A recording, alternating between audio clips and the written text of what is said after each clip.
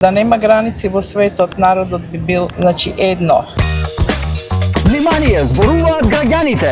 Зошто во Македонија постојат толку многу предрасуди? Па мислам дека ги истакнуваме во текот на животот, Од кого? предрасудите се наследуваат од општеството, од околината, од семејството, друштвото. На некој начин ги учиме, гледаме од другите луѓе Што не се стекнува, да речам. Сите не се раѓаме со предрасуди. Од претходниве генерации ни се останати предрасуди од комунизмот и од Југославија со телевизиите. Во текот на животот и преку вестите мислам почнува искрено од општеството. Ги фаќаме од луѓето, другарите, блиските, родителите понекогаш. Ниту еден човек на оваа планета Земја не се раѓа со предрасуди. За жал, сите предрасуди ги наследуваме, дали од семејството, дали од околината. Таков народ сме, циничен народ сме. Сакаме така да осудуваме луѓе пред да ги знаеме. Секој со секој сака да се неки. Секако не се раѓаме такви, го добиваме нормално Така? од нашите најблиски, баби, дедовци, родители и свето. Да нема граници во светот, народот би бил, едно. Зошто имаме поговорки мама меси, тато носи, а немаме тато меси, мама носи? Повторно тие предрасуди.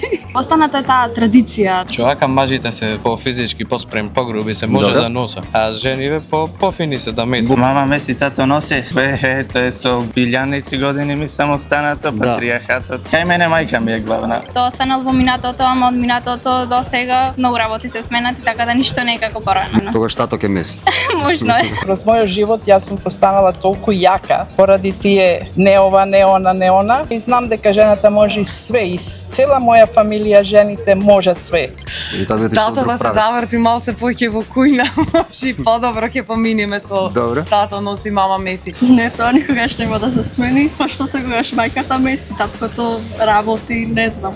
Претходно така се функционирало, тоа се менува. Улогите на мажот и на жената во општеството се флуидни. Што не е во ред со следното тврдење дека најдобрите кувари на светот се мажи, а дека местото на жената е во кујната? На жената местото и е на секаде. Ако те бива за во кујна слободно. Да, жените не се само за во кујна, си имаме сите своји таленти и своји афинитети. Пак ја ставаме во таа позиција, без разлика на нејзините лични квалитети, туку Така. поради предрасуди. Мислам дека тие треба да се дома. Мислам дека до тоа е. Дома тоа да смета како тоа да има обврска, не е работа. Маживе како кувари се посветиле некогаш, си фатиле имале добар за Добро. да биде кувари, а жениве за кујна да биде да се напредува во кујната. Човека полн стомак, голема да. љубов. Во главно жените се само да речам дома, така се знаат надвор.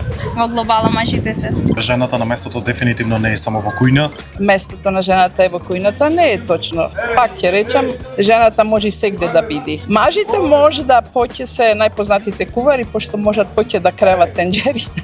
Велат дека жените не ги бива за политика. Дали сметаш дека можеби е време жените масовно да влезат во политиката и да ги сменат работите на подобро? Секој може да ги смени работите на подобро, без обзир на тоа Така е. дали е маж или жена. Кога жените би биле во политиката, а политиката би била розов свет. Јас мислам дека многу повеќе треба жени во политиката да бидат, да се бават со политика. Баре 50% да се жени минимум тоа. Работата ќе оди Што многу би се сменило? многу подобро све. Жената знај поќе да организира. Јас искрено мислам дека мнозинството луѓе не ги бива за политика, Добро, без разлика мажи и жени. Добро. Секако треба да се вклучат и жените во политиката за да имаме поеднакво општество, демократијата така работи. Ако би дојделе жените, ги немале војните. Ја мислам дека жена најмногу ја бидува за политика. Така може да ту биде жена, никој не може да ту биде. Доста беше веќе само мажи. Не е точно дека не ги бива, многу повеќе мислам дека ги бива отколку мажите. Внимание, зборуваат граѓаните.